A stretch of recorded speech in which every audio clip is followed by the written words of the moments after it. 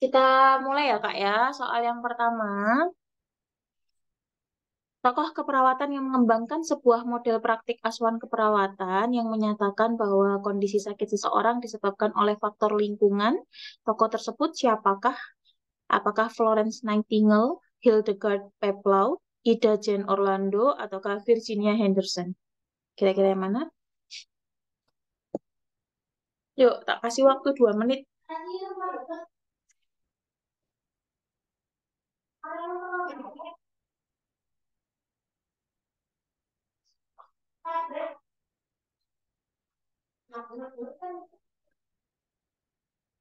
Yang mana Kak jawabannya?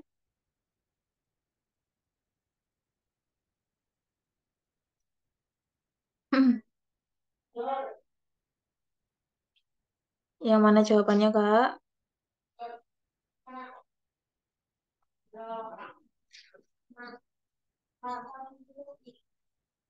Sudah ada yang menjawab? Ayo, jawabannya mana yuk? 2 menit ya. Kalau 2 menit nggak ada yang jawab, saya bahas.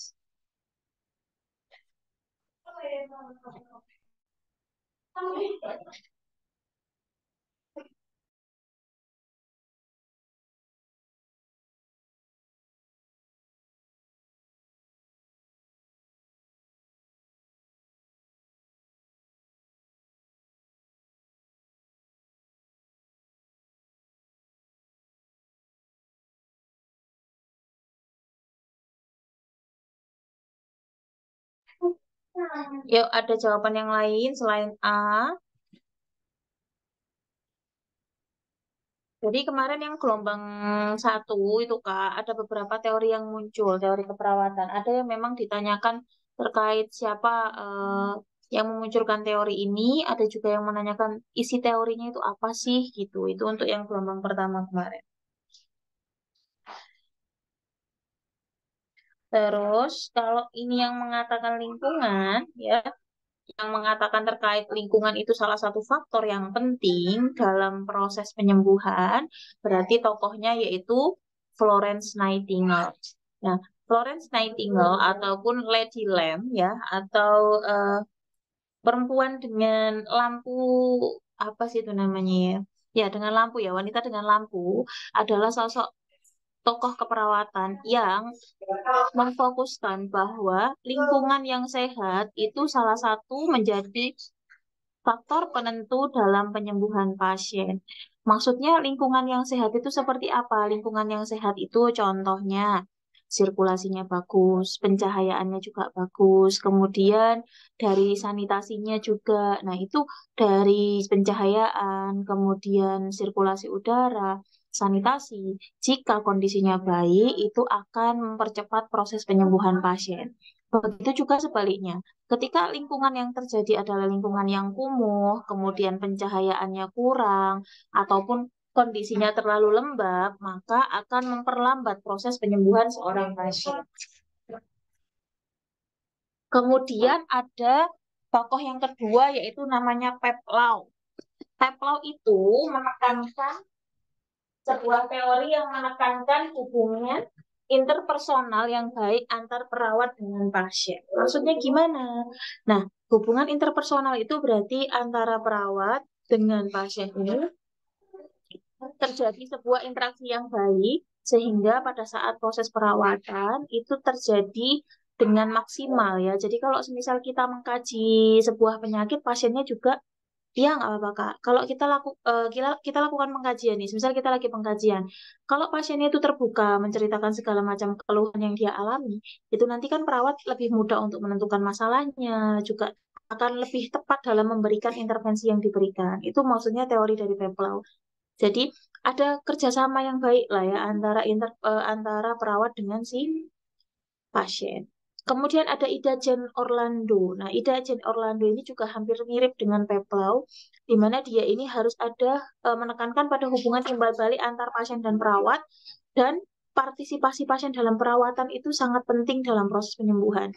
Jadi kita libatkan pasien dalam penentuan tindakan, mau ndak, kayak misal kita kan memberikan inform konsen, itu berarti melibatkan pasien dalam proses perawatan. Itu juga termasuk di salah satu teori dari Orlando.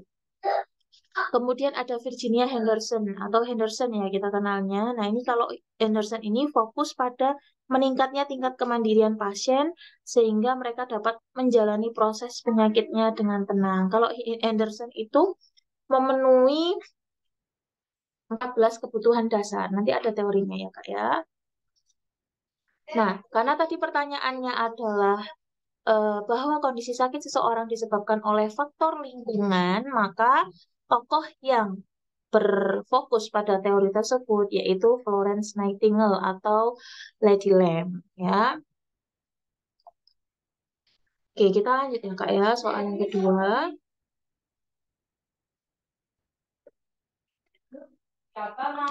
Soal yang kedua, teori Jane Watson memahami bahwa manusia memiliki 4 cabang kebutuhan yang saling berhubungan. Kecuali apa? Apakah biofisikal, psikososial, sosial, intrapersonal, ataukah interpersonal? Kira-kira apa? Nah, teori-teori keperawatan seperti ini itu biasanya Kak ya, memang recalling karena memang nggak bentuknya bukan bentuk kasus. Jadi bentuknya itu soal-soal yang mengingat. Makanya harus dibaca kalau misal teman-teman mau menghafalkan juga boleh.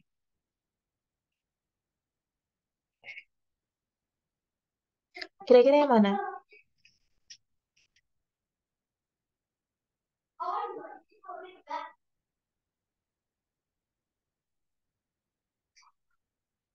Yuk, yang mana yuk?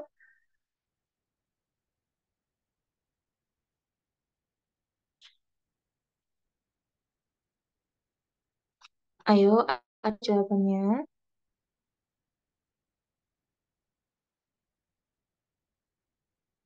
Teori Watson.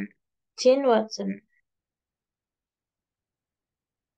Ayo, ayo. Ada yang tahu enggak? D. Intrapersonal. Ya, ada yang jawaban lain? Ada jawaban lain?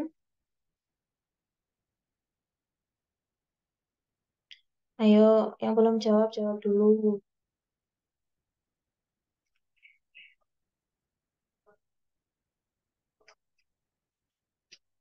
Jadi ada beberapa kebutuhan yang saling berhubungan, yaitu ada 4 kebutuhan yang saling berhubungan menurut teori Watson. Ayo, yang lain Kak. Ayo, salah nggak apa-apa Kak. Aku juga baca lagi loh Kak. Bikin soal kayak gitu baca lagi aku. Sama aja.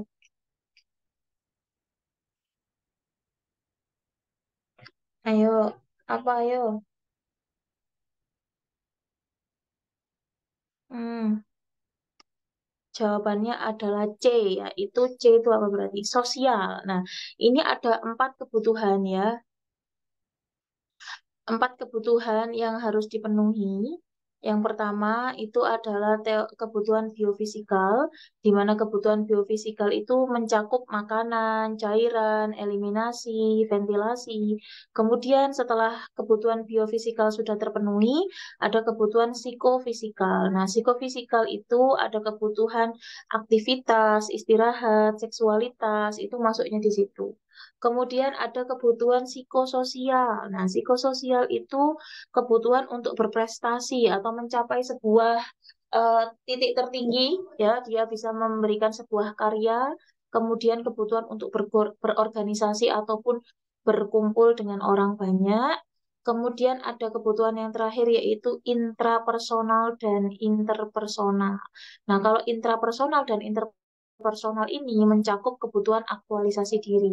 Aktualisasi diri itu contohnya ya, kalau semisal kita punya bakat atau kita punya sebuah kemampuan, itu kita optimalkan dengan baik. Misalnya ya, kita punya bakat untuk membuat sebuah kerajinan. Akhirnya kita optimalkan dengan cara apa? Yang pertama kita asah lagi kemampuan kita lewat latihan-latihan, kita bikin-bikin trial, misal bikin apa ya namanya kerajinan-kerajinan kayak gitu. Akhirnya ketika sudah bisa, kita bisa jual kemampuan kita ke sosial media. Entah itu nanti dijualnya dalam bentuk tutorial ataupun dalam bentuk produk fisik. Misal kita jualan di Shopee ataupun yang lainnya. Itu namanya aktualisasi diri.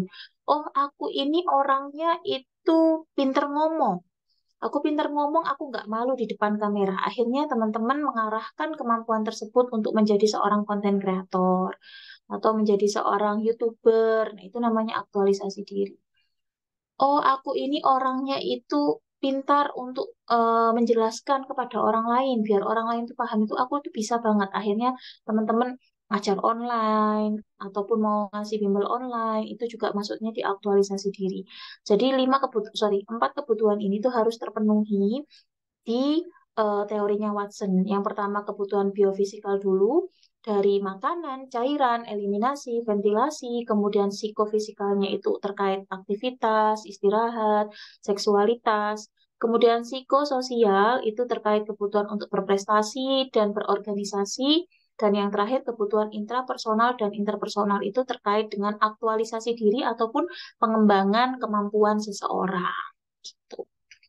Itu teori dari Jane Watson. Ya, ada empat kebutuhan yang harus dipenuhi: biofisikal, psikososial, intrapersonal, interpersonal.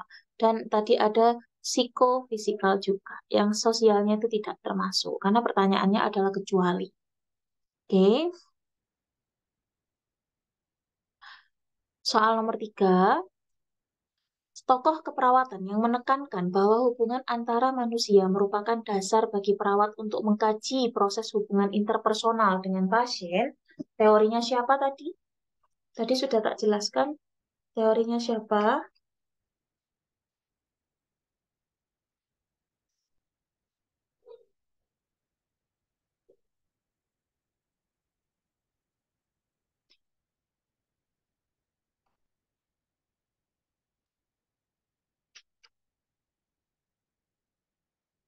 Jawabannya yang mana?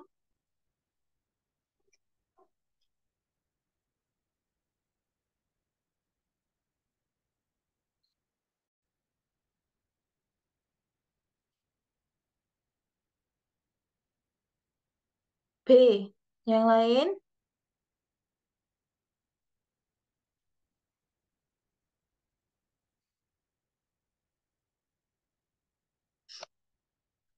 Nah, ini menekankan hubungan interpersonal antar perawat dengan pasien masuknya di. Betul, jawabannya adalah B. Tadi ya, kalau Florence Nightingale itu berfokus pada teori bahwa lingkungan yang baik itu bisa mempercepat proses penyembuhan seseorang. Singkatnya seperti itu. Kemudian kalau Peplau itu berhubungan dengan hubungan interpersonal yang baik dengan perawat alias bekerja sama, mereka berdua bekerja sama itu akan lebih mudah dalam proses pengkajian serta dalam proses penentuan tindakan yang akan dilakukan. Kemudian Ida Jan Orlando atau Orlando itu pentingnya partisipasi pasien dalam program perawatan. Tadi ya, kita libatkan pasien dalam proses penentuan tindakan yang akan dilakukan. Itu masuknya di teori Ida Jane Orlando. Kemudian ada Henderson. Kalau Henderson tadi itu tingkat kemandirian pasien, di mana harus memenuhi 14 kebutuhan dasar. Nanti kita bahas satu persatu ya. Kayaknya Orlando yang belum kebahas malam ini. Nightingale, Peplau, Henderson, kemudian Leininger, ada berapa tadi? 5 apa ya nanti malam ini ya. Kita lanjut. Nomor 4. Model konseptual yang dikembangkan oleh Orem terdiri dari 3 teori, yaitu apakah A, B, C, D, E? Kira-kira yang mana teori Orem? Orem.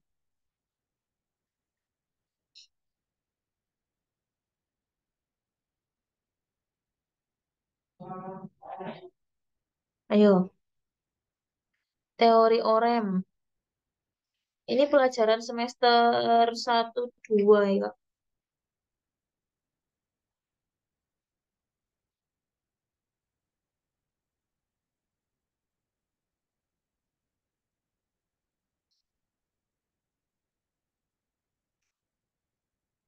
Yuk, yang mana yuk?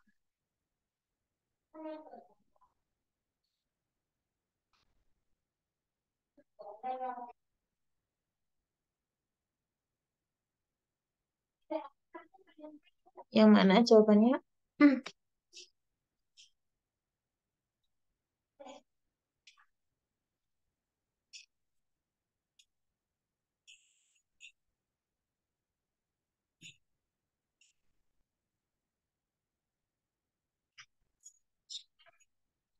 Teori apa?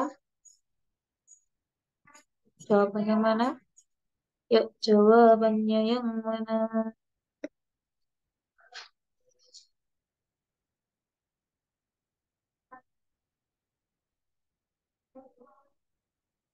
Ayo, jawabannya yang mana, yuk?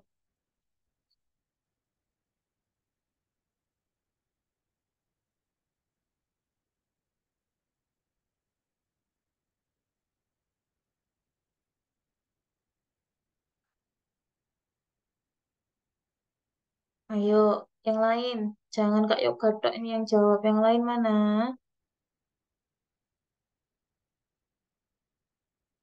Yang lain ada yang mau jawab?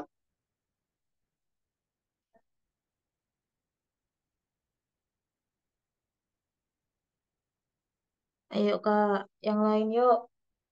Mana ini orang-orang nih ya? Susah ya soalnya ya. Karena mengingat. Oke, model konseptual yang dikembangkan oleh Orem ada tiga teori, yaitu teori yang pertama adalah jawabannya C, betul ya. Jawabannya adalah C. Nah, teori yang pertama adalah self-care. Teori self-care itu adalah apa aja sih teori self-care? Teori self-care itu berarti kita ini atau pasien itu mampu nggak sih merawat dirinya sendiri? Itu teori Orem ya. Kemudian, selain ada teori self-care, di OREM itu juga ada teori defisit self-care, di mana teori defisit self-care ini menunjukkan bahwa si OREM ini berfokus pada pasien yang membutuhkan bantuan dalam pemenuhan perawatan diri ya. Yang pertama tadi kan teori self care yang tengah-tengah itu berarti dia mampu ndak merawat dirinya sendiri. Kemudian yang kedua, kalau memang pasiennya ndak mampu ya kita juga bisa membantu dia dalam proses perawatan dirinya sendiri. Dan kedua teori ini itu terintegrasi dengan yang namanya sistem keperawatan. Sistem keperawatan itu ya mulai dari pengkajian, diagnosis, kemudian penentuan kriteria hasil, intervensi, dan implementasi. Pokoknya teman-teman ingat-ingat bahwa teori OREM ini adalah teori yang berfokus pada bagaimana caranya seorang pasien ini mempunyai kemampuan untuk merawat diri sendiri. Kalaupun semisal dia tidak bisa merawat dirinya sendiri, maka perawat dituntut untuk membantu pasien tersebut dalam pemenuhan kebutuhan aktivitas sehari-harinya atau activity daily livingnya itu kita dituntut untuk membantu melakukannya ya, seperti itu teorinya Orem. Nanti kita bahas si Orem. Oke, kita lanjut ya.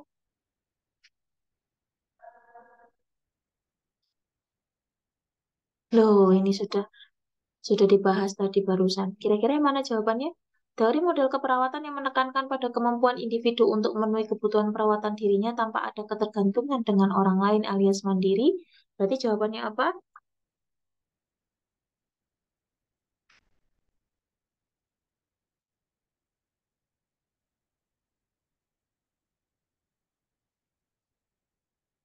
Jawabannya yang mana?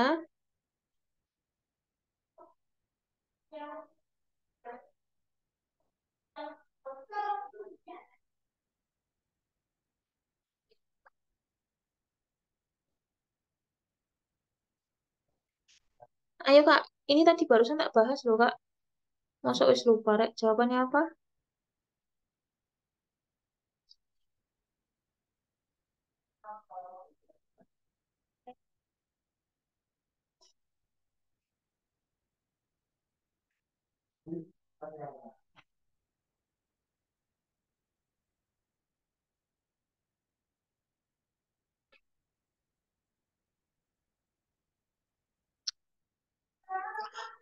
Jawabannya adalah Dorothea Dorothea Orem. Tadi ya ini sama kayak yang tadi, cuma ditambahin Orem ya. Orem adalah fokus utama dari model konseptual adalah kemampuan untuk merawat dirinya sendiri secara mandiri sehingga tercapai kemampuan untuk mempertahankan kesehatan seorang pasien. Jadi, kenapa kenapa kita belum pasiennya pulang, itu kita ajarkan atau kita lakukan discharge planning, itu salah satunya juga mengaplikasikan teori dari OREM, di mana ketika pasien itu pulang dari rumah, asuhan keperawatan harus tetap berjalan dengan catatan pasiennya ini harus dimandirikan terlebih dahulu. Jadi diajarkan sampai dia itu betul-betul siap bisa melakukan tindakan tersebut saat di rumah. Itu namanya teori OREM. Ya, kalau semisal tidak ada teori ini, kayaknya kita juga bakal kecapean teman-teman untuk selalu membantu kebutuhan pasien. Makanya kita mandirikan atau kita juga libatkan keluarga dalam proses perawatan. Nomor 6. Menurut Abraham Maslow, kebutuhan dasar manusia itu dapat digolongkan menjadi 5 tingkat kebutuhan atau five hierarchy of needs. Kebutuhan yang paling mendasar bagi manusia adalah kebutuhan yang mana? Gampang, ayo. Yuk, gampang sekali.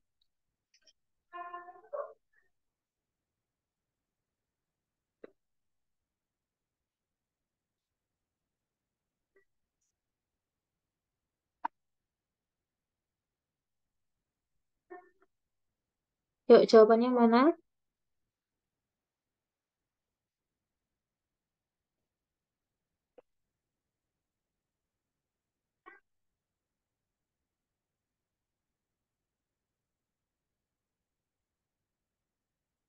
Yuk, kira-kira yang mana? Yuk.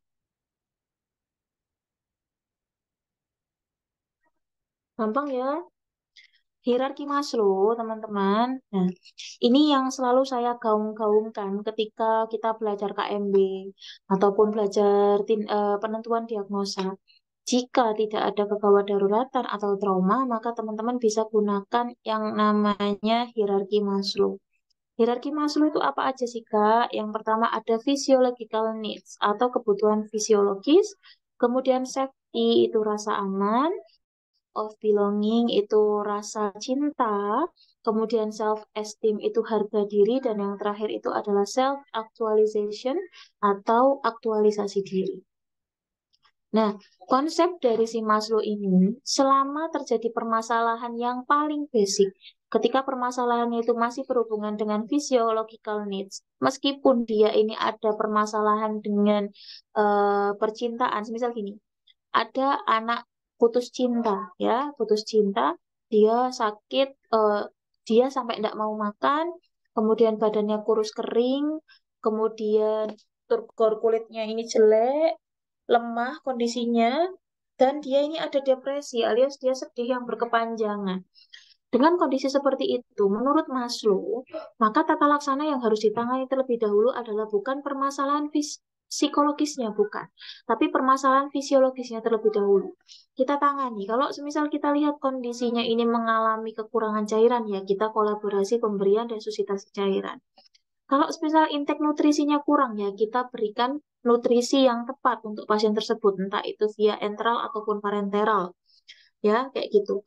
Kalaupun semisal apa sih namanya, dia ini kasusnya itu karena saking karena saking dia itu nggak mau ngapa-ngapain sampai dia tuh mau ke kamar mandi males, dia nahan pipis terus sampai terjadi retensi. Ya kita atasi dulu permasalahan retensinya sebelum kita tangani masalah psikologisnya. Itu versi si Maslow. Kenapa? Karena kalau semisal permasalahan fisiologisnya tidak tertangani dengan baik, maka teman-teman itu kalau melakukan penanganan di atasnya tidak akan maksimal. Kayak gitu. Ya. Kemudian ada safety atau rasa aman. Nah, rasa aman itu contohnya terbebas dari rasa ketakutan, ansietas, itu masuknya di safety, ya. Kemudian love or belonging itu rasa cinta ataupun kasih sayang mungkin dari pihak keluarga atau teman-teman ataupun pasangan, itu nanti juga masih satu tingkat di atas rasa aman terlebih dahulu baru masuk ke rasa kasih sayang ataupun rasa cinta. Kemudian kalau semisal dari fisiknya sudah terpenuhi, rasa amannya dia juga merasa aman, dia juga merasa dicintai, maka akan muncullah self esteem atau harga dirinya. Akhirnya anak itu menjadi anak yang percaya diri, anak yang respect. Contohnya ya, kalau semisal anak itu tumbuh dari keluarga yang cangkir cintanya atau cangkir kasih sayangnya itu penuh dari rumah, dia kalau keluar rumah berinteraksi dengan orang-orang yang ada di sekitarnya, dia akan menjadi anak yang pede. Dia akan pede. Kenapa? Dia full support system dari rumah.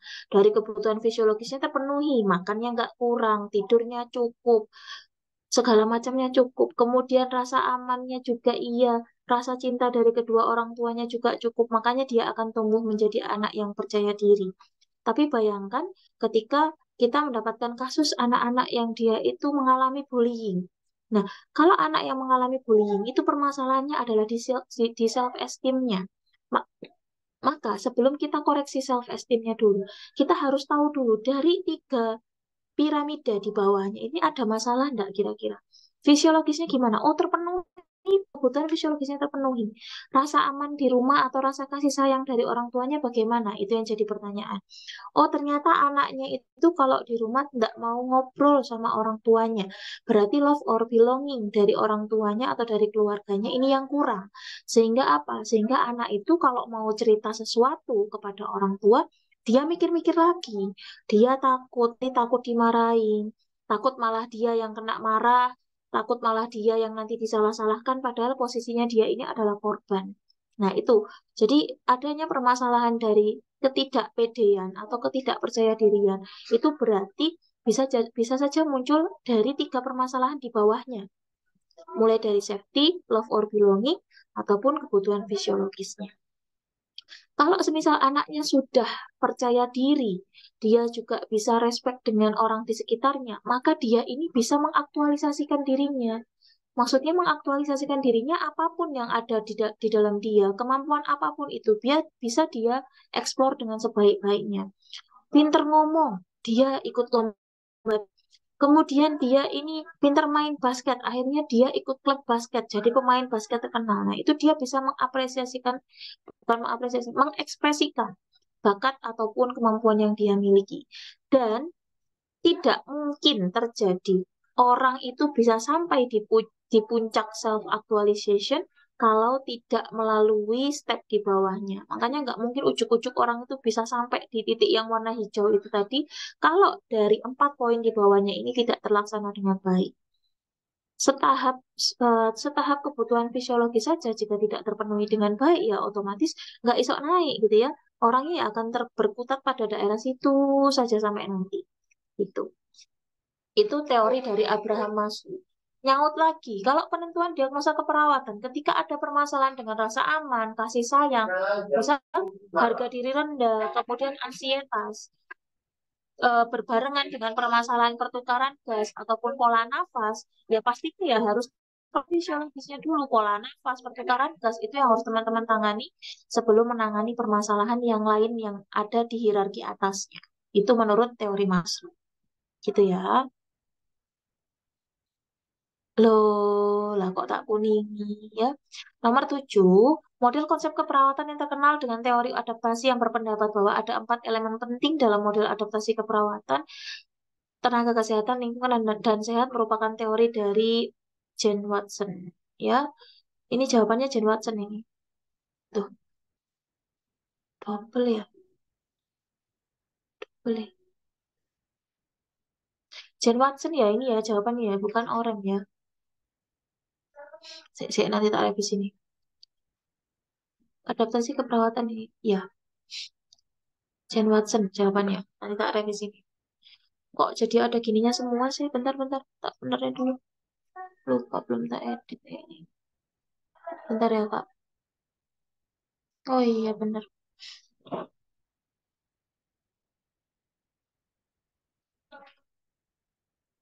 Bentar ya. Kalau hmm, dari oke.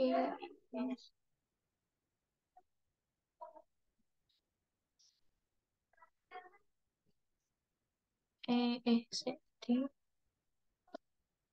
Bentar ya. Wait, wait, wait, wait, wait.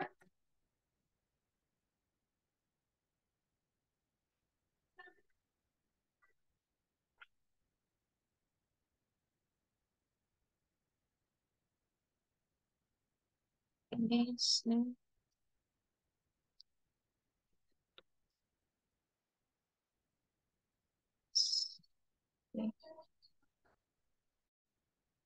Hmm.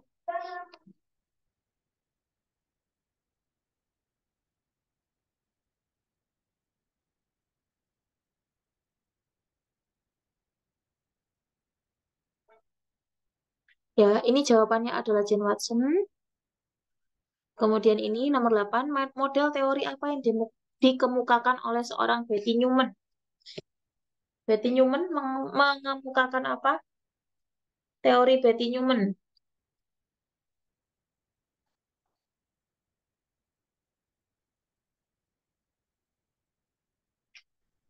Ayo, Betty Newman, Betty Newman.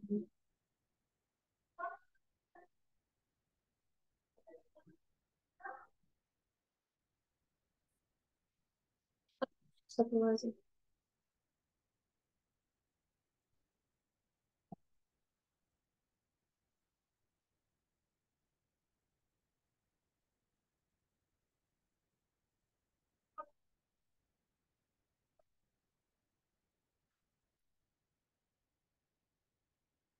Ayo, teori Betty Newman, Betty Newman. Betty Newman itu mengemukakan teori apa? Tokoh keperawatan Betty Newman. Tokoh keperawatan Betty Newman.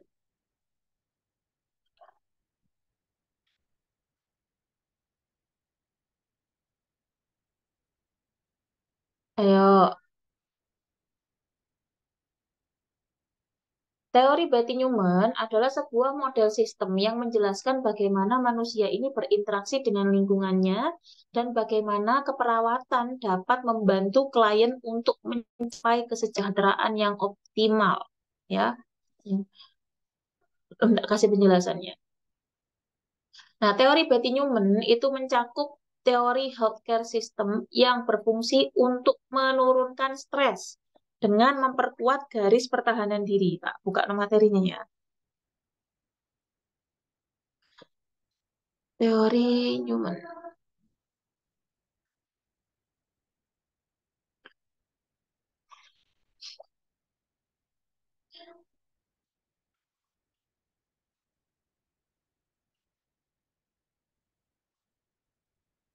Newman itu belakang.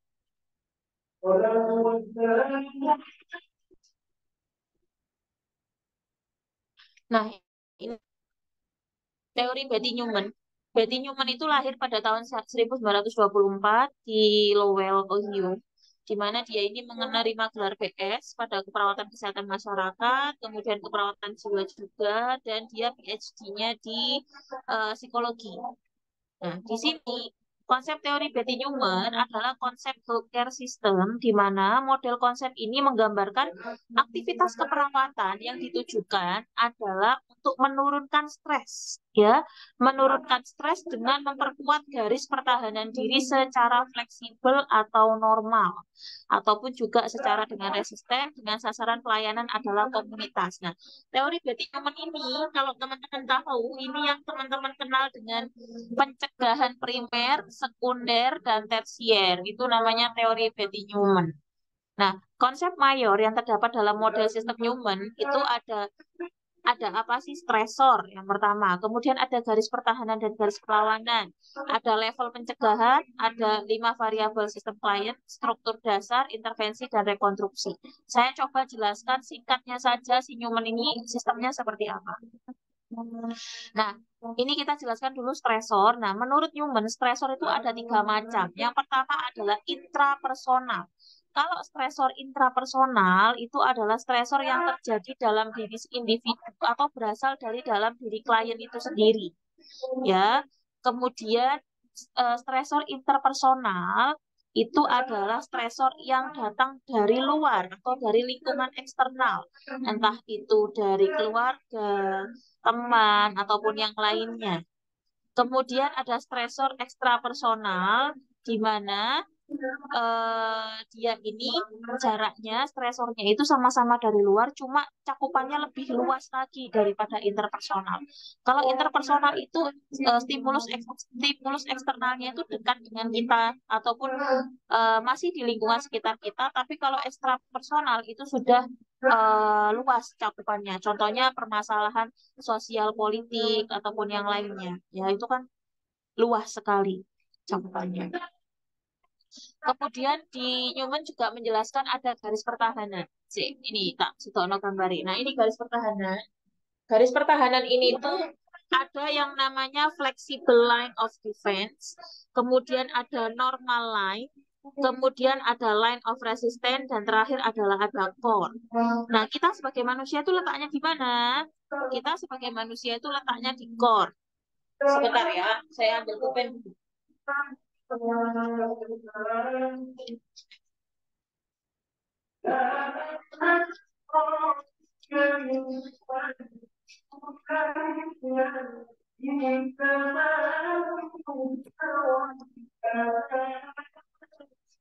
Kita sebagai manusia itu ada di sini, ya, ada di core ini.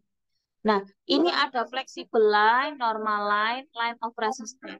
Apa bedanya? Nah, flexible line ini adalah respon awal ketika terjadi stres, ketika ada stresor. Kemudian normal line of defense itu adalah respon selanjutnya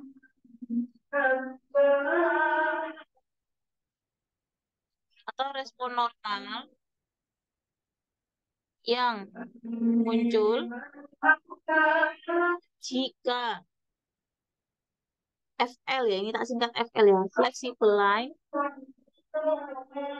tidak bisa menangani masalah, ya. Kemudian kalau sudah normal line ini sudah masuk, ternyata kok masalahnya ini nggak kelar-kelar lagi, itu kita akan melewati namanya line of resistance yang warna biru. Line of resistance ini namanya pertahanan. Oh, perlawanan, sorry. Perlawanan. Perlawanan. Jadi kalau pasien-pasien yang mengalami, atau nggak usah pasiennya, kita ya, kalau misal ada stresor, entah itu stresor fisiologis ataupun psikologis, kita akan mencoba untuk respon awal dulu. Misal ada, break dulu ya.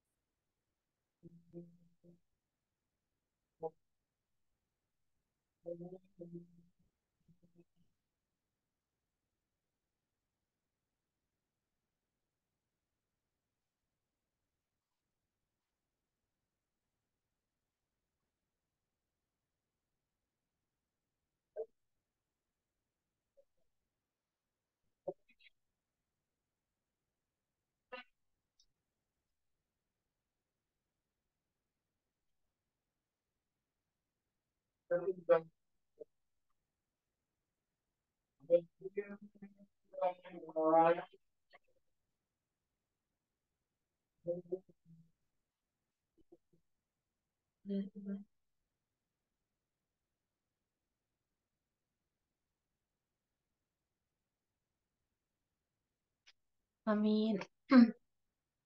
Nah, jadi menurut si Newman, garis pertahanan yang pertama kali muncul ataupun maksudnya kalau misal terjadi stresor di sini ya terjadi stresor yang akan melawan pertama kali adalah flexible line of defense atau respon awalnya. Ketika respon awal ini tidak bisa mengatasi stresor, akhirnya stresor itu nembus ke garis normal, maka garis normal inilah yang akan melawan ya, yang akan melawan si stresor yang muncul.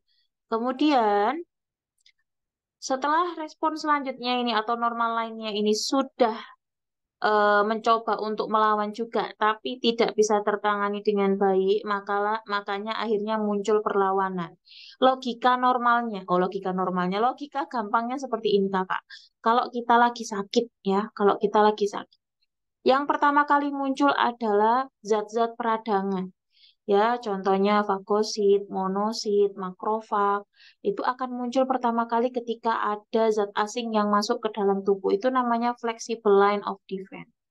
Ya, kemudian di situ karena mereka ini berperang melawan zat asing itu tadi, kalau semisal mereka kalah, akhirnya zat asingnya bisa menembus ke bisa sampai di normal line. Nah, di normal line ini sudah ada zat-zat yang lebih besar lagi ataupun kuantitinya lebih banyak lagi daripada flexible line.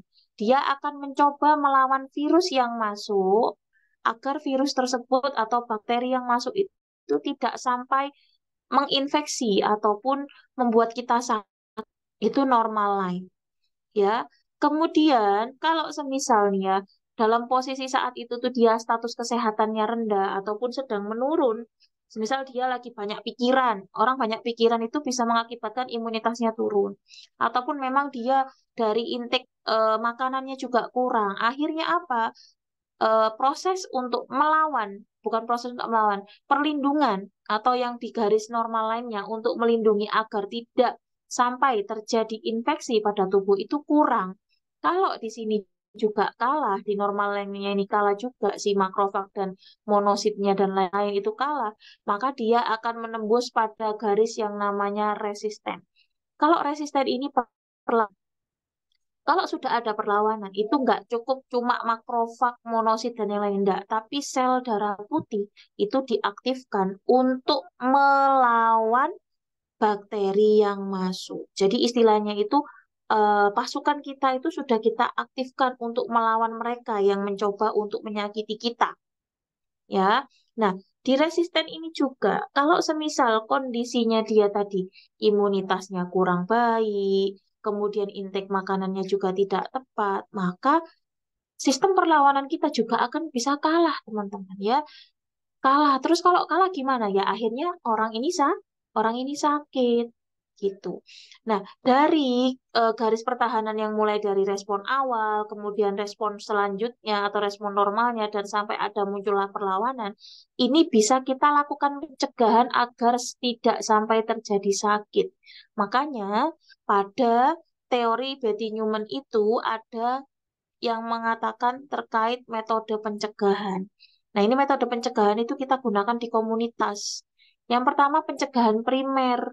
Nah, pencegahan primer itu adalah dia ini nih sebelum sistem bereaksi terhadap stresor, alias belum ada stresor yang datang, alias masih sehat. Apa tindakannya? Imunisasi, penkes, olahraga, perubahan gaya hidup, itu pencegahan primer.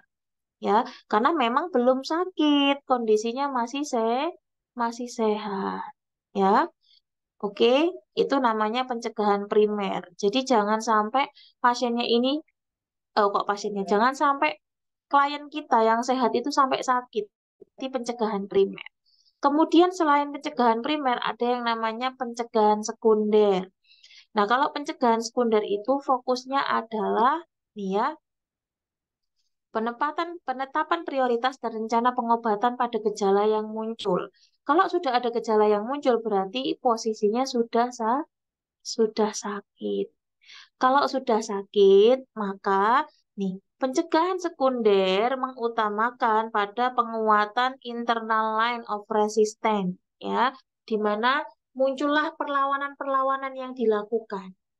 Dengan cara apa? Ya tadi, sistem imun kita yang akan melawan virus yang masuk ke dalam tubuh. Lalu apa yang dilakukan di pencegahan sekunder? Kuratif. Kita bantu untuk melakukan pengobatan, ya. Farmakologinya masuk. Farmakologi masuk. Kemudian selain kuratif, di sini juga kita bisa membantu untuk preventifnya agar kondisi pasien tidak semakin parah.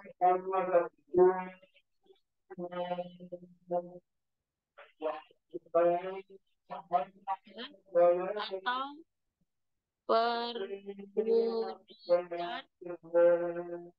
kondisi, ya. Jadi pencegahan sekunder itu preventif, kuratif, ya. Kalau tindakan nyatanya apa? Kita lakukan screening. Kemudian kita lakukan perawatan secara langsung. Perawatan secara langsung. Itu namanya pencegahan sekunder. Karena fokusnya ini pasiennya sudah sakit, beda dengan yang primer. Kalau yang primer itu pasiennya masih sehat. Oke. Kemudian yang terakhir ada pencegahan tersier. Nah, pencegahan tersier ini apa? Pencegahan tersier ini fokusnya adalah proses adaptasi kembali. Kenapa kok adaptasi kembali? Karena ini pasca sakit. Ya, kalau orang habis sakit, otomatis yang awalnya dia bisa melakukan sesuatu akhirnya berkurang. Nah, tugas kita di sini adalah membantu untuk mengoptimalkan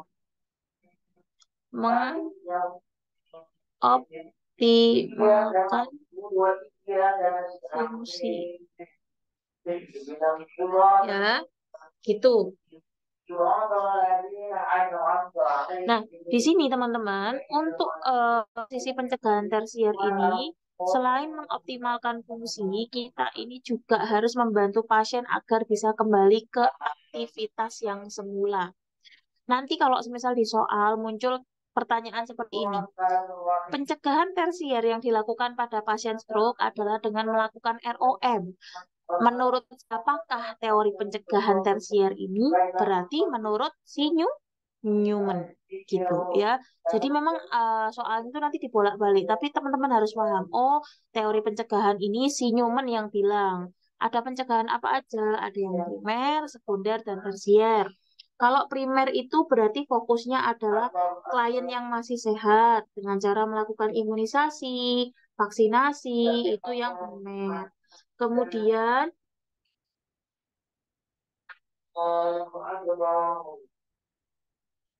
kemudian yang sekunder itu orang yang sedang sakit atau posisinya lagi sakit. Maka kita fokusnya yang pertama adalah perawatan secara langsung ataupun kita bisa lakukan screening. Kalau yang kita rasa ada beberapa klien kita ini berpotensi terjadi sakit. Dan yang terakhir itu tersier atau pasca sakit kita optimalkan fungsinya agar dia bisa kembali ke aktivitas yang semula. Seperti itu. Itu teori dari Newman. Ini nggak usah ya. Ini nggak usah. Kita lanjut soalnya ya.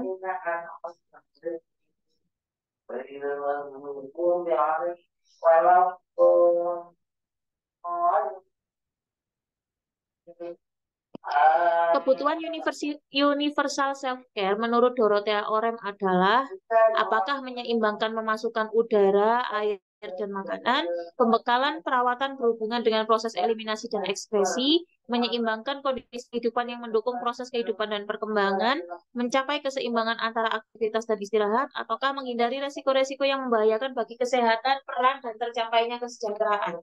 Pertanyaannya yang kecuali ya, yang kecuali, yang mana jawabannya? Kira-kira yang mana? Dari Allah iman berhamda.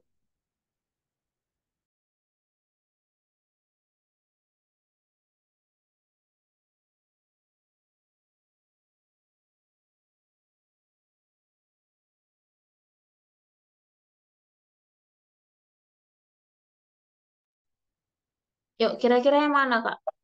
Universal self-care menurut Dorothea Oren. Kecuali yang mana?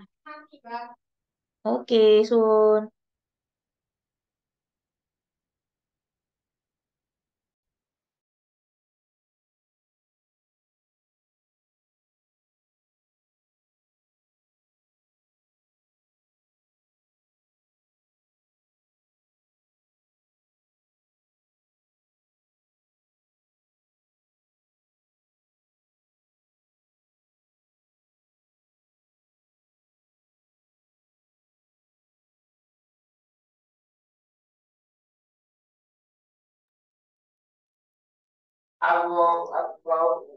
Yuk, kira-kira yang mana?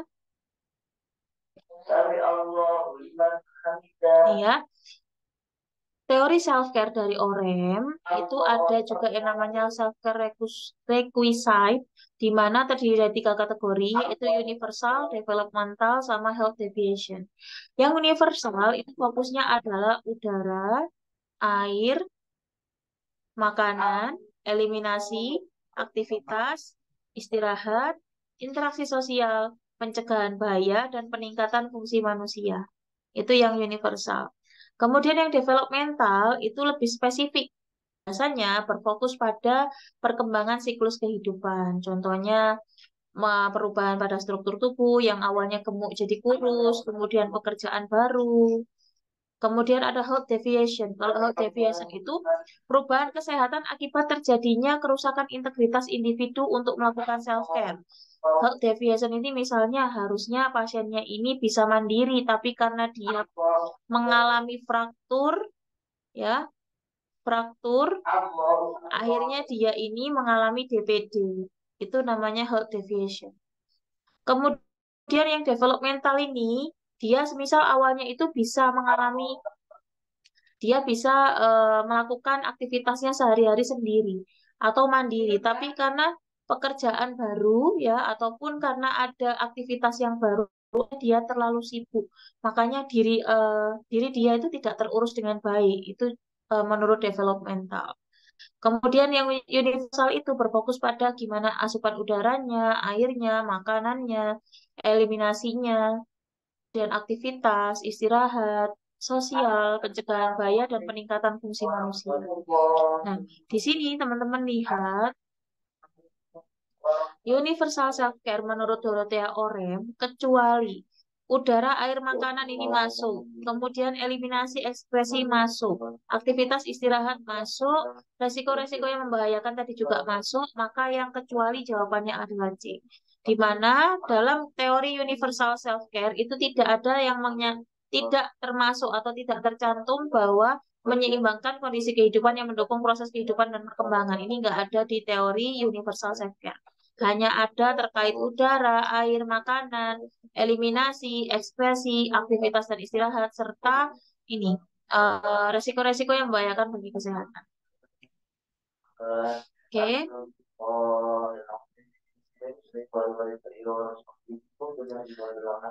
Nomor 10. Seorang perawat idealnya memiliki kompetensi budaya sehingga asuhan keperawatan yang diberikan itu efektif dan bersifat humanis. Salah satu kompetensi yang harus dimiliki oleh perawat yaitu cultural encounter. Apakah yang dimaksud dengan kompetensi cultural encounter? Kira-kira yang mana?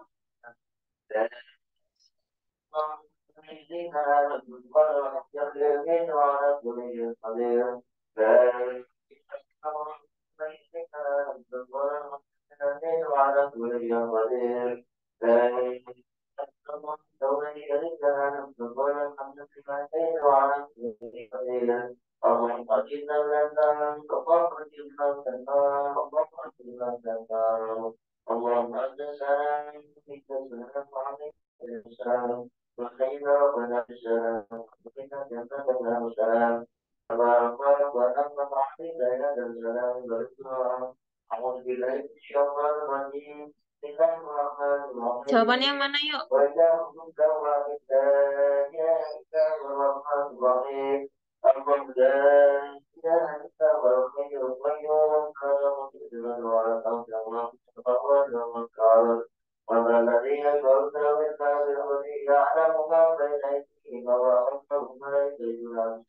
Ayo, jawabannya yang mana?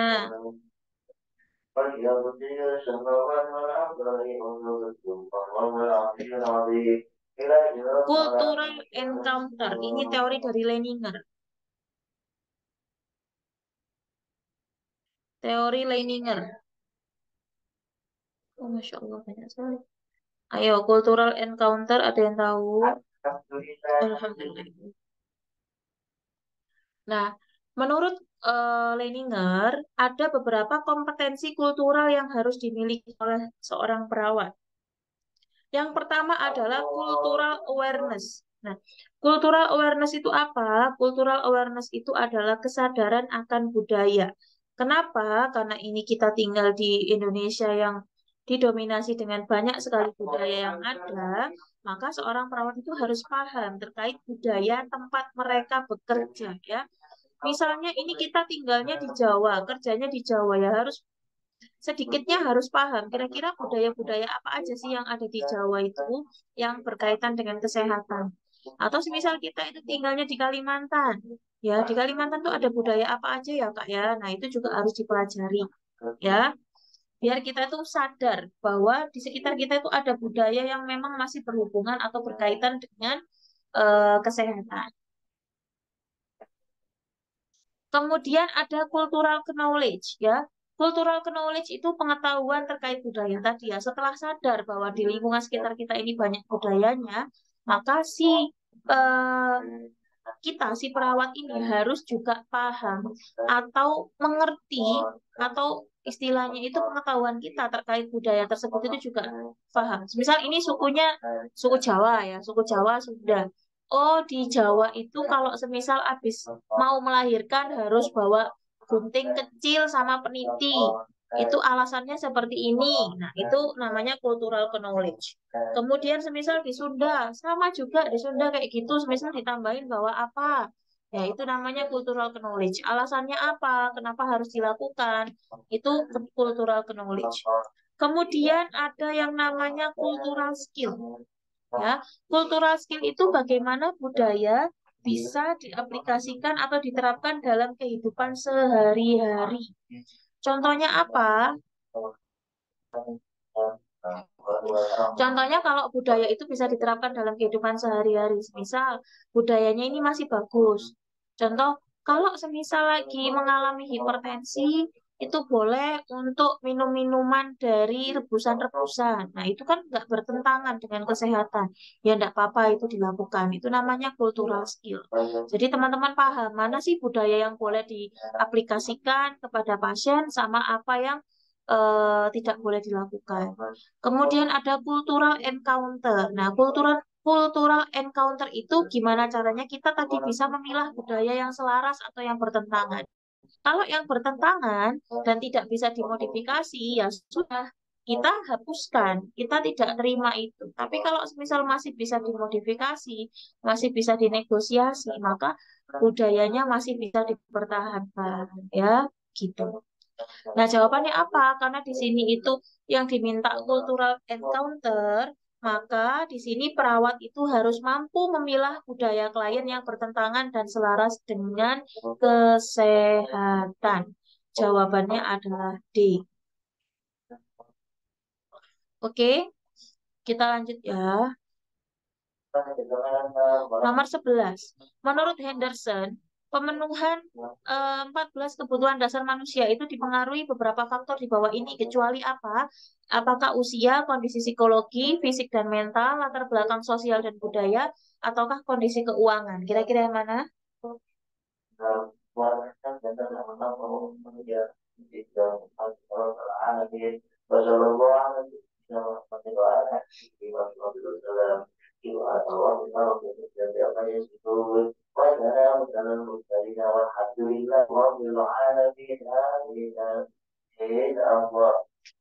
Jawabannya yang mana?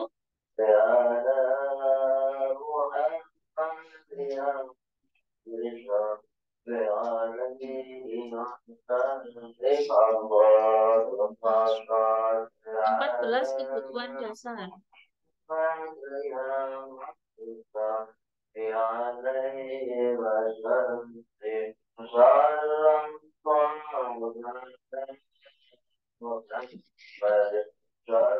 Oke, kita bahas ya. Jadi menurut Henderson, ada 14 kebutuhan dasar yang harus dipenuhi dalam proses asuhan keperawatan. Yang pertama adalah bernafas secara normal, alias oksigenasi. Kemudian makan minum yang cukup, nutrisinya. Kemudian eliminasi dan membuang kotoran tubuh dengan teratur.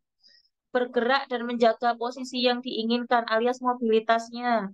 Kemudian istirahat dan tidurnya kayak gimana? Menggunakan pakaian yang nyaman dan sesuai. Kemudian menjaga suhu tubuh tetap dalam batas normal. Menjaga tubuh tetap bersih dan terawat alias perawatan dirinya. Kemudian menghindari bahaya lingkungan. Berkomunikasi, ya mampu berkomunikasi, mengungkapkan emosi, kebutuhan, rasa takut, dan berpendapat. Kemudian beribadah sesuai dengan keyakinan, banyak banget. Iya kakak, banyak sekali. Kemudian bekerja dan menghasilkan karya atau prestasi, bermain dan belajar. Ini menurut si Henderson. 14 dasar kebutuhan manusia ini itu harus terpenuhi saat kita melakukan asuhan keperawatan. Ya, semisal pada pasien sakit, boleh nggak beribadah? Boleh. Bisa nggak kita fasilitasi? Bisa. Maka nomor 11 bisa dilakukan. Bisa nggak kalau lagi sakit kerja? Bisa. Kita fasilitasi. Bermain pada pasien anak, bisa nggak? Bisa, monggo. Ada ruangan khusus untuk anak-anak bermain. Bisa nggak anak-anak yang lagi sekolah terus sakit itu bisa nggak sambil belajar? Bisa. Ya, kemudian untuk suhu tubuh, terus ini menjaga tubuh tetap bersih dan terawat. Kenapa kok kita diminta untuk membandingkan pasien?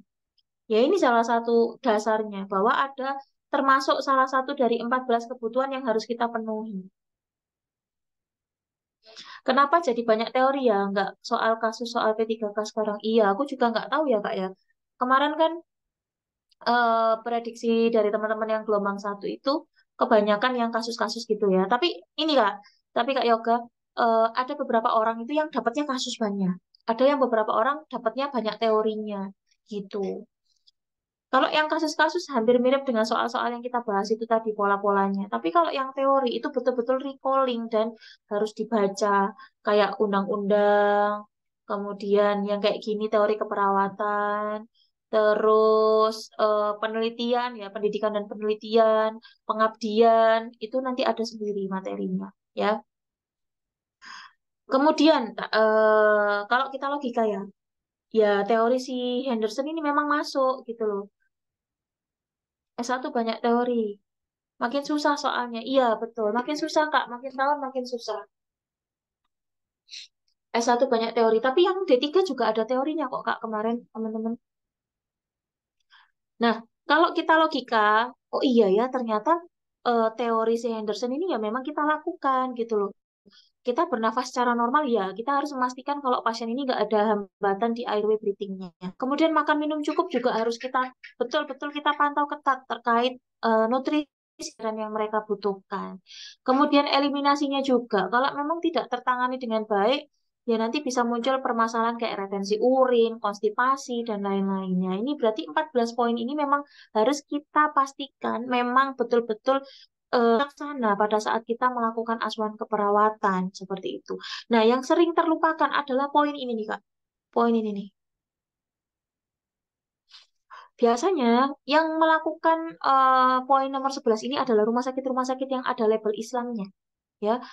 Rumah sakit Islam ataupun rumah sakit yang sudah kayak rumah sakit yang agama untuk yang Katolik ataupun Kristen. Itu biasanya itu yang akan pasti dilakukan terkait ibadahnya itu pasti akan diingatkan. Tapi kalau rumah sakit umum, kebanyakan saya tahu itu jarang sekali untuk mengingatkan pasiennya tetap melakukan ibadah saat sakit itu jarang.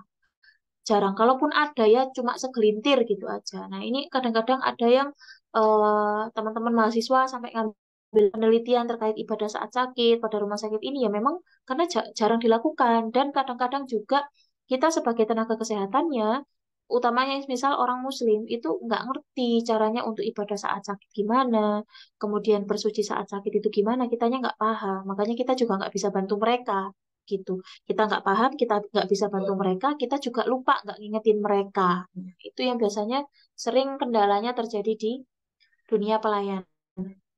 Nomor 11 ini, yang lainnya sih pasti ini pasti terpenuhi. Yang nomor 11 ini yang kadang-kadang dilupakan. Ya. Nomor 12. Menurut teori Orem, self-care agency mengacu pada apa? Apakah kemampuan seseorang untuk merawat dirinya sendiri, peran keperawatan dalam memberikan asuhan, faktor lingkungan yang mempengaruhi kesehatan, pengaruh genetik terhadap kesehatan? Kira-kira yang mana?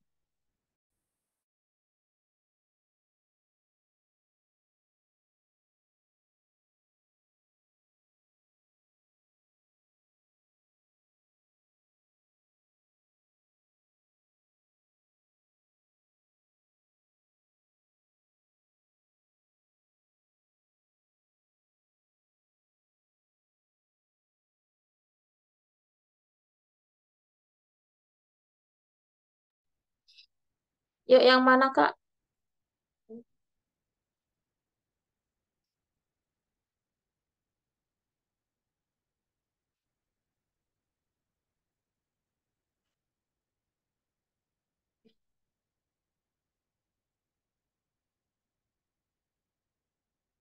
Yuk, yang mana yuk? Self-care agency itu berhubungan dengan kemampuan seorang untuk melakukan tindakan perawatan diri atau mandiri, di mana orang berpendapat kemampuan ini itu akan berkembang seiring waktu melalui pengalaman hidup, pendidikan, dan pengamatan. Ya, self-care agency itu kemampuan seseorang dalam melakukan tindakan self-care. Oke, kita lanjut ya. 13. Menurut teori keperawatan Leininger, perawat harus memahami dan menghargai apa? Apakah kebutuhan fisik pasien, keragaman budaya dalam perawatan, keterampilan teknis perawat, ataukah konsep diri seorang pasien? Kira-kira yang mana jawabannya?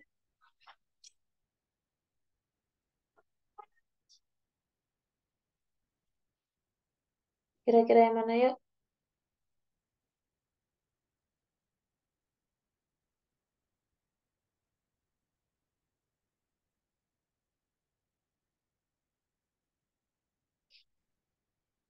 Yang mana yuk?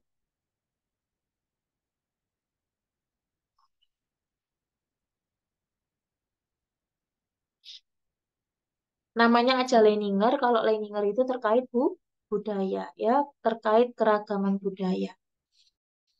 Dengar itu terkait keragaman budaya.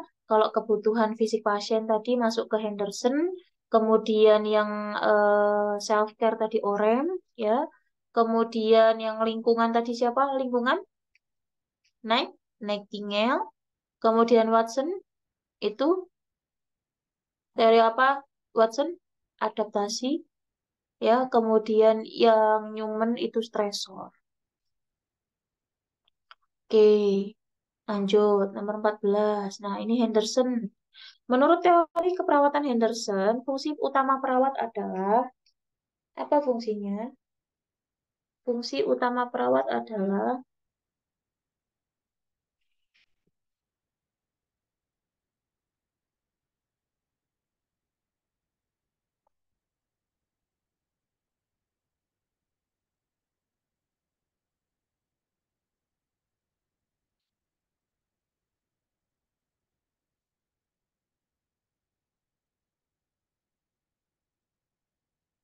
Yang mana?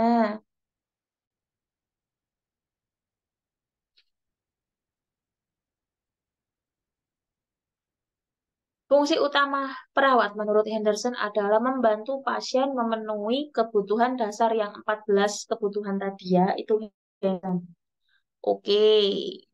Habis ini materi ya. Terakhir terkait Newman. Tadi Newman sudah tak jelaskan. Bagaimana keperawatan menurut Newman? Apakah suatu profesi yang unik dengan memperhatikan seluruh faktor yang mempengaruhi respon individu terhadap penyebab stres, tekanan intra, inter, dan ekstrapersonal? Ataukah yang B, suatu profesi yang sangat tergantung pada kesehatan diri sendiri atau individualisme? Ataukah yang C, suatu kesehatan sebagai kondisi terbebasnya dari gangguan pemenuhan kebutuhan dan merupakan keseimbangan yang dinamis? Ataukah yang D, fungsi peran dan hubungan terdependensi selama sehat dan sakit, ataukah yang E, lingkungan internal yang terdiri dari segala sesuatu yang mempengaruhi interpersonal yang berasal dari diri klien. Kira-kira yang mana? Kira-kira yang mana?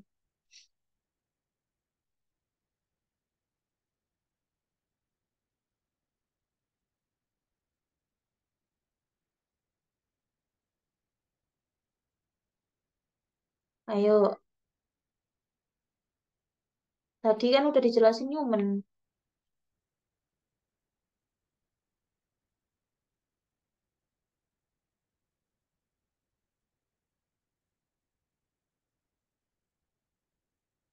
Hmm, astagfirullahaladzim. Newman tadi ya adanya stresor tadi ya jawabannya adalah A. Bagaimana keperawatan menurut Newman? Menurut Newman adalah sebuah profesi yang unik dengan memperhatikan seluruh faktor yang mempengaruhi respon individu dalam adanya stres tadi ya bisa melalui respon intrapersonal. Oh sorry, tekanannya itu bisa tekanan intrapersonal, interpersonal ataupun ekstrapersonal. Dan tadi melewati tiga garis tadi, flexible line, normal line, dan resistant line. Pusing-pusing kalau teori kayak gini ya. Mending soal kasus. Kita ulas ya yang beberapa teori nanti kita kasih jeda, kita bahas kasus lagi, baru teori lagi biar nggak mumet. Yang pertama adalah Florence Nightingale. Florence Nightingale ini lahirnya 12 Mei 1820 di Italia dan dikenal sebagai The Lady with the Lamp, di mana dia ini berdedikasi pada saat proses peperangan pada zaman dahulu. Nah, di sini si Florence Nightingale itu mengkonsepkan bahwa lingkungan adalah sebagai fokus utama dalam asuhan keperawatan dan perawat itu tidak perlu memahami seluruh proses penyakit. Kenapa dia bilang kayak gitu? Untuk membedakan kita dengan dokter. Menurut si Nightingale ya, biar kalau dokter itu boleh berfokus untuk terkait penyakitnya apa, tata laksananya apa, tapi untuk perawat kita fokus untuk melakukan tindakan mandiri kita, di mana tindakan mandiri kita ini berorientasikan pada memaksimalkan kondisi lingkungan di sekitar pasien. Nah, di sini terkait udara, lampu itu maksudnya pencahayaan, kemudian kenyamanan lingkungan, kebersihan, ketenangan, dan nutrisi yang adekuat. Itu menurut si Nightingale cukup itu saja yang dikerjakan oleh seorang perawat. Urusan yang lainnya kita kolaborasi dengan dokter. Gitu. Kita lanjut. Jenis lingkungan menurut Nightingale itu ada tiga macam. Yang pertama adalah lingkungan fisik. Nah, lingkungan fisik itu apa ya? Lingkungan seperti yang kita rasakan sekarang, ventilasi, sirkulasi udara, itu lingkungan fisik. Kalau lingkungan psikologi itu contohnya adalah kondisi lingkungan yang negatif ya, misal ada stres secara fisik ataupun stres secara psikologis itu bisa mempengaruhi si pasien ini mempercepat proses penyembuhannya atau tidak. Kenapa? Nanti bisa menaikkan emosi. Kalau naikkan emosi juga bisa menurunkan imunitas. Nanti makin lama sembuhnya gitu. Kemudian ada lingkungan sosial. Nah, lingkungan sosial ini juga berpengaruh dalam proses penyembuhan. Maksudnya apa lingkungan sosial? Apakah terdapat support system yang baik untuk pasien pada saat pasien ini mengalami sakit? Itu yang apa sih namanya yang disasar oleh si Nightingale ya. Jadi harus mendapatkan support system yang layak. Kalaupun support systemnya tidak ada, ya otomatis nanti proses penyembuhannya juga akan semakin memanjang. Seperti itu. Kemudian, nah ini prinsip-prinsip utama teori keperawatan Florence Nightingale. Yang pertama adalah lingkungan itu sangat penting dalam proses penyembuhan. Kenapa ya? Di sini Nightingale tadi mengamati bahwa lingkungan yang buruk, termasuk sanitasi juga, kalau buruk itu bisa memperburuk kondisi pasien, begitu juga sebaliknya. Kalau semisal kondisinya ini sudah bagus, lingkungannya bagus, nanti dia itu akan memfasilitasi percepatan pemulihan pasien. Kemudian ya, perawat ini menurut Nightingale itu menjadi seorang agen perubahan atau agent of change di mana punya tanggung jawab untuk menciptakan dan menjaga lingkungan yang kondusif bagi kesembuhan pasien. Ya, itu menurut Nightingale. Jadi kita harus betul-betul memperhatikan lingkungan pasien kalau semisal pasien kita itu pengen cepat sembuh. Nah, ini teman-teman bisa aplikasikan pada pasien-pasien dengan TB. Contohnya, pasien dengan TB lingkungannya sirkulasinya kurang baik, kemudian pencahayaannya juga kurang, ya kita optimalkan pencahayaannya masuknya bagus, sirkulasinya juga bagus. Tujuannya untuk mempercepat proses penyembuhan si pasien TB tadi.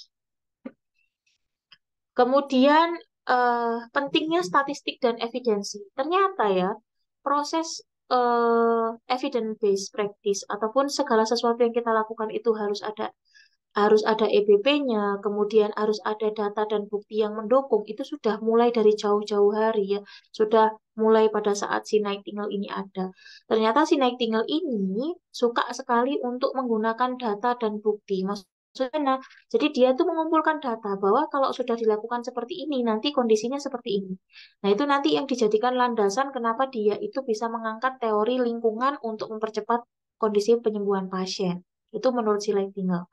Kemudian, Nightingale itu juga menggunakan statistik itu juga selain untuk identifikasi masalah yang terjadi, juga untuk mencari solusi terkait masalah yang tadi sehingga terjadilah sebuah perubahan. Kayak gitu. Nah, sekarang ini dipakai sama kita. Apa? Ya sama Riskesdas ya. Kalau semisal ada suatu kejadian ya kita hitung statistiknya berapa. Kemudian angka kejadiannya berapa. Nanti kita munculkan akhirnya nanti kalau sudah ada datanya akan dilakukan tata laksana sesuai dengan data yang muncul. Ya. Kemudian yang ketiga, peran perawat sebagai edukator dan pendukung. Nah, konsep menurut Nightingale ini, kenapa perawat itu harus menjadi seorang edukator dan seorang pendukung? Karena kita itu sebagai perawat dituntut oleh seorang Nightingale untuk bisa memiliki komunikasi yang baik dan aktif kepada pasien. Ya, jadi, untuk meningkatkan partisipasi mereka, kalau semisal komunikasi kita dengan pasien itu kurang, ya otomatis pasien itu tidak mendapatkan informasi yang tepat. Kemudian mereka juga males, orang perawatnya nggak pernah ngobrol, orang perawatnya kalau ngasih obat cuma diem aja, nggak ada edukasinya, nggak ada ngobrolnya sama aku, ya udahlah, biarin aja. Itu namanya ketidakcakapan komunikasi yang berujung menurunnya partisipasi seorang pasien dalam proses pengobatan. Makanya kita harus pinter ngomong nih ya. Jadi perawat itu harus pinter ngomong. Kemudian yang terakhir yaitu pentingnya etika dan moral dalam praktek keperawatan. Nah, di sini ternyata etika keperawatan itu juga salah satu teori yang dimunculkan oleh Nightingale, di mana kita harus memiliki etik dalam menjunjung tinggi kepercayaan. Kepercayaan itu apa? Komitmen, fidelity, kemudian kejujuran itu veracity, kepercayaan itu confidentiality, sorry, kemudian kejujuran itu veracity, dan komitmen itu fidelity itu harus tetap dijunjung tinggi dalam proses pemberian asuhan keperawatan menurut seorang Nightingale. Oke, itu Nightingale konsep lingkungan, di mana lingkungan itu bisa mempercepat proses penyembuhan. Singkatnya seperti itu. Kemudian ada Virginia Henderson. Nah, Virginia Henderson ini ya profilnya ya teman-teman ya. Wis next aja. Teori Henderson ini teori kebutuhan tadi yang ada 14 kebutuhan dasar di mana tadi sudah saya jelaskan ini 14 poinnya. Kemudian di sini ada udah Henderson tuh cuma itu aja. Pokoknya intinya kita itu melakukan asuhan keperawatan dalam pemenuhan kebutuhan sehari-hari pasien itu 14 harus terpenuhi gitu ya. Harus berjalan dengan lancar. Kemudian kalau teori Dorothea Orem. Orem ini profil Oremnya. Nah, Orem ini konsep utamanya adalah berfokus pada teori self-care atau mandiri, di mana kita berusaha agar pasien kita ini mampu menangani permasalahan yang dia alami secara mandiri. Ya, nih setiap individu memiliki tanggung jawab untuk merawat dirinya sendiri, nggak boleh bergantung. Nah, kemudian tadi selain self-care, di sini juga ada self-care agency. Self-care agency adalah mengacu pada seberapa jauh sih seseorang ini mampu untuk melakukan tindakan self-care. Ya, contohnya kalau anak-anak, otomatis dia itu tidak bisa melakukan self-care dengan maksimal. Kenapa? Karena terbatas kemampuannya, terbatas pengalaman hidupnya, terbatas pengetahuannya, itu. Tapi kalau dewasa seperti kita sudah tahu semuanya gimana cara untuk kita bisa mandiri, ya. Makanya antara orang satu dengan orang yang lainnya biasanya terkait konsep konsep self care agensinya ini juga beda. Ya, tergantung pengalaman hidupnya, pendidikannya, pengamatannya, pengetahuannya dan lain-lain. Kemudian ada self-care deficit. Tadi ada yang disuruh mandiri, ada juga yang tidak bisa memenuhi kebutuhan diri sendiri. Kalau sudah terjadi self-care deficit ini, berarti tugas teman-teman perawat adalah membantu pasien dalam melakukan perawatan. Ya. Kemudian, ya itu tadi ya, OREM itu self-care, teori self-care ada self-care agency dan ada self-care deficit. Kemudian ada teori PEPLAU, ya. Peplau ini profilnya, teman-teman, teori Peplau ini boleh teman-teman baca, tapi biasanya nggak keluar ya, cuma nice to know aja. Soalnya kalau tak kenal maka tak sayang ya. Teori Peplau itu melihat bahwa keperawatan adalah sebuah proses interpersonal yang bersifat terapeutik. Maksudnya apa? Ada interaksi antara dua orang, dari perawat dengan pasien yang bersifat menyembuhkan. Ya, menyembuhkan itu maksudnya gimana, Kak? Ya, kita apapun yang kita bicarakan, apapun yang kita lakukan kepada pasien itu itu mengaplikasikan prinsip etiknya beneficient atau memberikan manfaat kepada pasien. Entah itu semisal kalau kita ngomong itu nanti arahnya ke edukasi, ataupun kalau semisal kita lagi melakukan tindakan itu arahnya itu membantu perawatan diri ataupun yang lainnya. Ya. Nah, teori dari Peplau ini juga berfokus pada individu dan perawat serta proses interaktif yang menghasilkan hubungan antara perawat dan pasien. Intinya gampangnya kalau Peplau itu bilang perawat sama pasien itu harus rukun, harus saling kerjasama dalam proses penyembuhannya. Kalau semisal perawat mau mengkaji biar datanya lebih maksimal, kemudian kalau data yang kita dapatkan maksimal, perawatan yang didapatkan oleh pasien juga akan maksimal. Itu menurut teori Peplau. Nah, ini komponen dalam teori Peplau ada 4 komponen. Yang pertama pasien. Pasien itu subjek yang bisa dipengaruhi. Ya, kita ini adalah subjek independen, dia subjek dependen. Jadi kita itu bertugas untuk mempengaruhi dia, mempengaruhi ke arah yang baik tentunya ya. Kemudian ada perawat. Tadi perawat ini yang mempengaruhi seorang pasien agar dia bisa mengikuti tindakan yang kita inginkan. Kemudian ada lingkungan. Selain ada perawat, ada pasien, Peplau ini juga meminta bahwa lingkungan ini juga salah satu hal yang penting dalam penyembuhan seorang pasien. Kemudian yang terakhir ada kesehatan, di mana ini adalah sebagai bentuk perkembangan pribadi dari setiap individu, di mana tindakan yang kita lakukan baik dari pasien ke perawat ataupun perawat ke pasien itu tujuannya adalah hanya untuk mencari atau mencapai di tahap kesehatan, tahap sehat dari seorang pasien. Intinya gitu. Itu teori Peplau. Jadi teori Peplau tadi saya ulangi sekali lagi, teori yang berhubungan dengan interpersonal atau interaksi antara perawat dengan seorang pasien yang harus harmonis dan berkesinambungan. Itu teori Peplau. Di mana perawat itu sebagai posisi independen, sedangkan pasien itu sebagai posisi yang dipengaruhi atau posisi yang dependen, dan harus melibatkan juga kondisi lingkungan juga dalam proses penyembuhannya. Kemudian ada Betty Newman, saya ulang lagi. Newman ini profilnya. Nah, Newman tadi itu menyebutkan teori terkait pertahanan seseorang dalam menghadapi sebuah stres, ya. Itu teori si Newman. Nah, di sini si Newman ini bilang kalau semisal stres itu ada tiga sumbernya. Dari intrapersonal, dari interpersonal, dan dari ekstrapersonal, ya. Untuk intrapersonal itu dia ini hubungannya dari dirinya sendiri, dari diri seorang pasien. Itu intrapersonal. Kalau interpersonal itu dari luar, cuma masih di sekitaran pasien. Kalau yang ekstrapersonal itu juga dari luar sama, tapi skopnya itu lebih luas daripada interpersonal. Seperti itu. Kemudian tadi, ketika menghadapi sebuah stresor ataupun ketika menghadapi sebuah masalah, ada yang namanya garis pertahanan, ada yang namanya garis perlawanan. Garis pertahanan itu ada dua, yang fleksibel sama yang normal. Kalau yang fleksibel itu adalah respon awal ketika kita muncul sebuah stresor.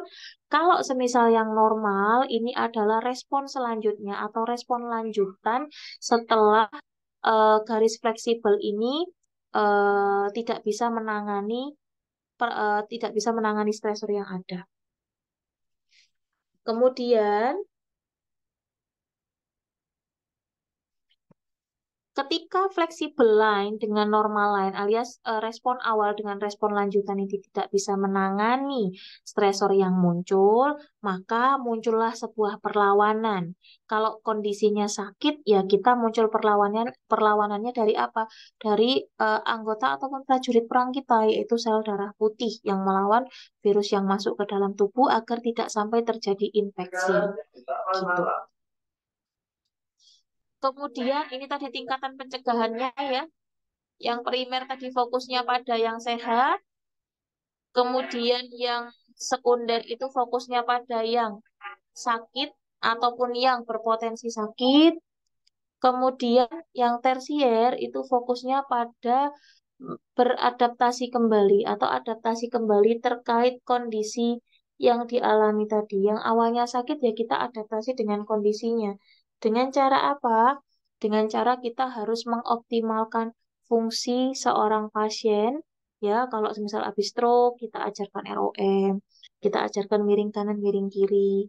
Kemudian kalau semisal pasiennya ini pos amputasi, ya, tidak bisa melakukan tindakan ataupun aktivitas dengan tangan kanannya, ya kita ajarkan melakukan tindakan dengan tangan kiri, itu namanya pencegahan tersier, gitu.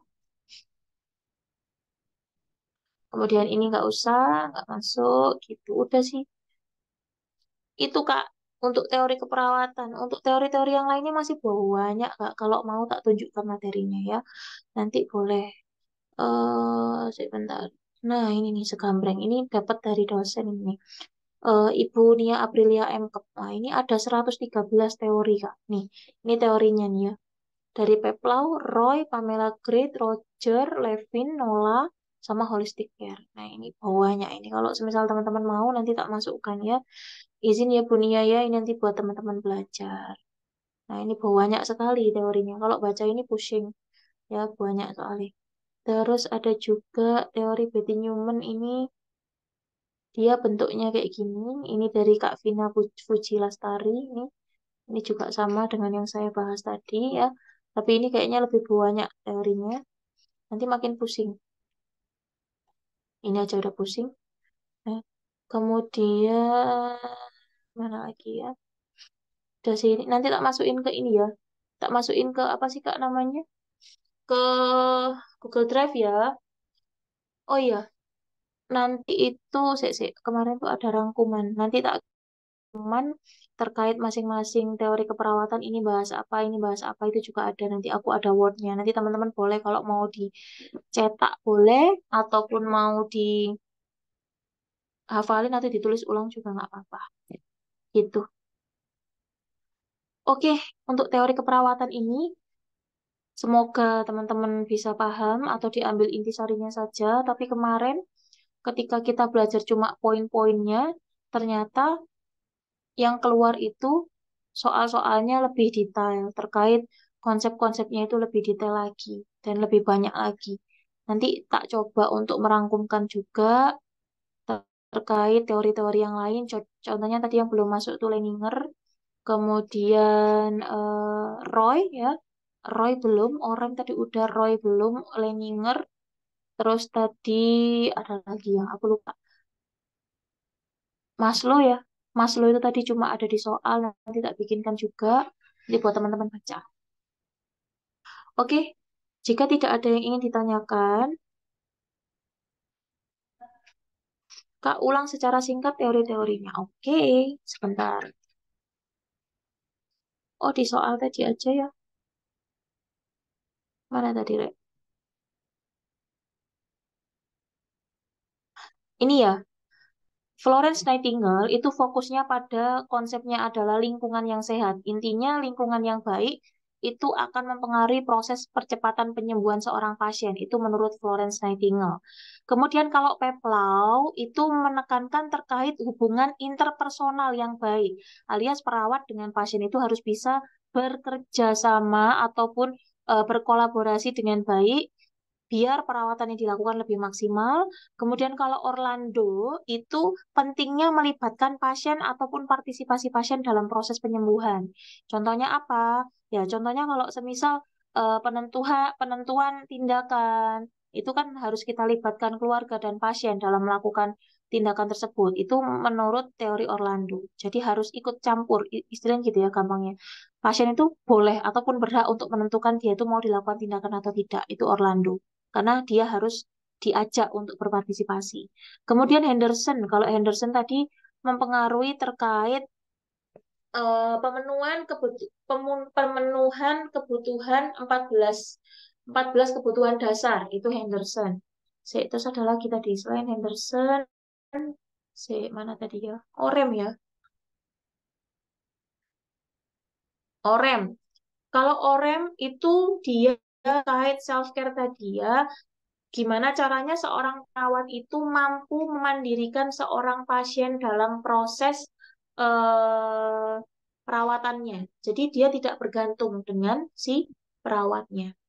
Itu Virginia, Orlando, Peplau, udah sih itu sih yang tadi kita bahas ya.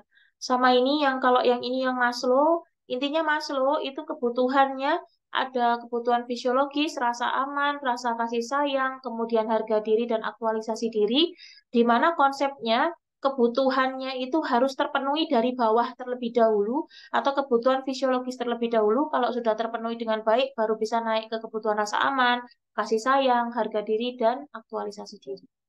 Itu. Singkatnya itu. Nanti abis ini tak kirim ya di Google Drive. Teman-teman bisa download sendiri. Nanti ada rangkumannya. Si tokoh ini ngomongnya apa, tokoh ini ngomongnya apa gitu. Oke. Terima kasih banyak ya atas